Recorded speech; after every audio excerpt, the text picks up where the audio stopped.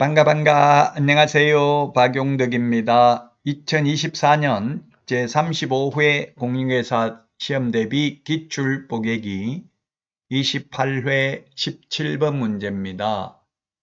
자, 개업공개사가 미리 신고해야 되는 겁니다. 미리 신고해야 되는 거. 예, 휴업신고, 폐업신고, 재개, 변경신고 모두 미리 신고죠. 변경신고. 재개신고, 휴업, 폐업, 재개, 변경신고 모두 미리 신고입니다. 휴폐업은 모두 미리 신고입니다. 그래서 5번이 정답이 되겠네요. 휴폐업은 모두 미리 신고인데 사무소 이전 신고는 사후 10일 이내 신고죠. 등록인장 변경 등록도 사후 7일 이내입니다. 그 다음에 협회, 지부, 지회 설치 신고도 사후 신고입니다. 그래서 신고는 사전 신고인지 사후 신고인지를 좀 유념하셔야 되겠습니다. 우리 장사 등에 관한 법률에 보면은 사후 30일 이내 신고가 매장 신고, 개인 묘지 설치 신고, 개인 자연장지 설치 신고는 사후 30일 이내 신고입니다. 미리 신고는 화장, 개장 미리 신고해야 되죠. 화장, 개장 미리 신고, 그 다음에 가족, 종중, 자연장지 미리 신고입니다. 그 다음에 미리 허가받는 것은 가족묘지, 종중묘지, 법인묘지, 법인 자연장지는 미리 허가받아야 됩니다. 자, 그래서 5번이 정답이 되겠습니다. 다음 문제 보도록 하겠습니다. 18번 문제입니다. 사무소 명칭에 대해서 옳은 것은 했는데 1번 개업공개사가 아닌 자로서 부동산 중개라는 명칭을 사용하거나 또는 이와 유사한 명칭을 사용하면 1년 이하의 징역이나 1천만 원 이하의 벌금에 처한다. 맞습니다. 유사 명칭 사용 1년 이하의 징역이나 1천만 원 이하의 벌금. 자, 그 다음에 개업공개사가 아닌 자가 공인중개사 사무소라는 명칭을 사용한 간판을 설치한 경우 등록관청은 그 철거를 명할 수 없다가 아니라 있습니다. 명령을 따르지 않는 경우에는 행정 대집행법에 따라 대집행할 수 있죠. 그 다음에 3번 법인 분사무소의 5개 간건물을 설치하는 경우 대표자 성명을 표기해야 된다. 책임자 성명을 표기하면 되겠죠. 분사무소이니까. 그래서 틀렸고 4번에 개업공개사는 5개 간건물을 설치해야 될 의무가 있다 했는데 5개 간건물 쉽게 말하면 간판이죠.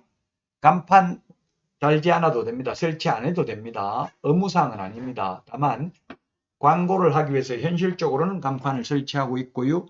자, 그 다음에 5번에 개업공개사가 사무소 명칭에 공인중개사 사무소 또는 부동산 중개라는 문자를 사용하지 않는 경우 등록 취소 사유에 해당되는 게 아니라 100만 원 이하의 과태료 사유입니다. 그래서 1번이 정답이 되겠습니다. 다음 문제 보도록 하겠습니다. 19번 문제입니다. 전속중개계약과 관련된 내용인데요. 틀린 것은 했는데 갑이 소유자고요. 그 다음에 개업공개사가 어린애요. 갑이 의뢰인입니다. 의뢰인 갑과 개업공개사 을은 전속중개계약은 국토부령이 정하는 계약서, 즉 반드시 전속중개계약서를 사용해야 됩니다. 전속중개계약을 체결하고 안 하고는 자유인데 일단 전속중개계약을 체결한 때에는 전속중개계약서를 반드시 사용해야 되고 안 하면 업무정지죠. 그리고 유효기간은 원칙 당사자 약정 예외 3개월입니다. 약정이 있으면 약정 없으면 3개월이고요. 자, 그 다음에 3번 개업공개사 을과 의뢰인 갑과의 전속중개계약이 만약에 체결된 뒤 6개월 만에 그 계약서를 폐기한 경우 업무정지 사유다. 예, 그렇죠. 3년간 보존해야 됩니다. 4번 갑이 즉 의뢰인이 비공개를 요청하지 않는 경우 을 개업공개사는 전속중개계약 체결 후 2주 이내에 공개하는 게 아니라 7일 이내에 공개를 해야 됩니다. 정보망 또는 일간신문이죠. 정보망과 일간신문이 아니라 정보망 또는 일간신문에 7일 이내에 정보를 공개해야 됩니다. 다만 업무 처리 상황은 2주일에 1회 이상 문서로 통지해야 되죠. 정보 공개는 7일 이내입니다. 정보망 또는 일간신문에 비공개 요청하지 않는 한 공개해야 됩니다. 일반 중개계약은 공개해도 되고 안 해도 되고 자유죠. 자, 그 다음에 5번 지문입니다. 전속 중개계약 체결 후 개업공개사 을이 공개해야 할 정보는 도로 및 대중교통수단과의 연계성이 포함된다. 네, 그렇습니다. 우리 암기 프린터 5번에 보면 있죠. 5번에 특상태 조건 공금 이렇게 암기를 했습니다. 도로 대중교통 이게 뭡니까? 입지 조건이죠. 입지 조건. 그래서 특상태, 그 부동산을 특정하기 위해서 필요한 사항.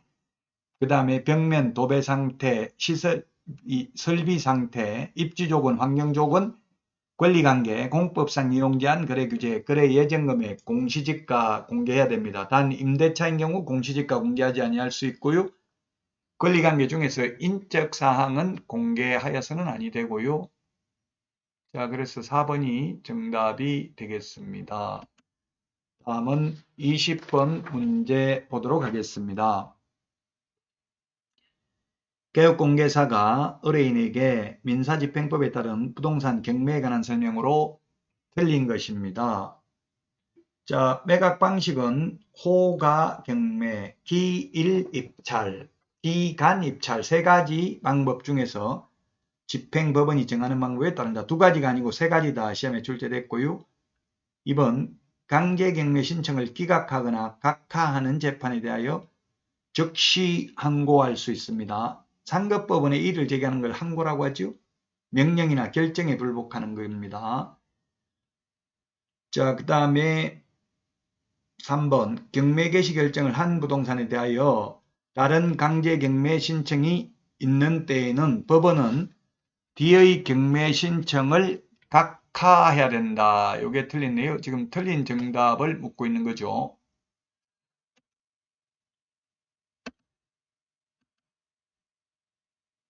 자, 20번 보고 있는데요. 20번 틀린 정답은 3번이 되겠습니다. 3번이 정답이 되겠습니다. 강제 경매 절차 또는 담보권 실행을 위한 경매 절차를 개시하는 결정을 한 부동산에 대하여 다른 강제 경매의 신청이 있는 때에는 법원은 다시 경매 개시 결정을 하고 먼저 경매 개시 결정을 한 집행 절차에 따라 경매를 한다라고 민사집행법 제87조에서 규정하고 있습니다. 그래서 3번이 틀렸습니다. 각하해야 된다 틀렸고요. 그 다음에 4번 경매 신청이 취하되면 압류 효력은 소멸되고요. 경매 신청 기입 등기되면 압류 효력이 생깁니다. 5번 매각 허가 결정에 대하여 항고하고자 하는 사람은 보정으로 매각 대금의 10분의 1의 금전 또는 유가증권을 공개하게 된다. 항고보증금은 매각 대금의 10분의 1이고요. 매수보증금은 최저 매각가격의 10분의 1입니다. 우리 암기 프린트 56번 맨 밑에 10분의 1에 동그라미 1번하고 3번에 정리되어 있습니다. 자, 이번 시간 여기까지 하고요. 다음 시간에 찾아뵙겠습니다. 다음 시간에 만나요. 안녕.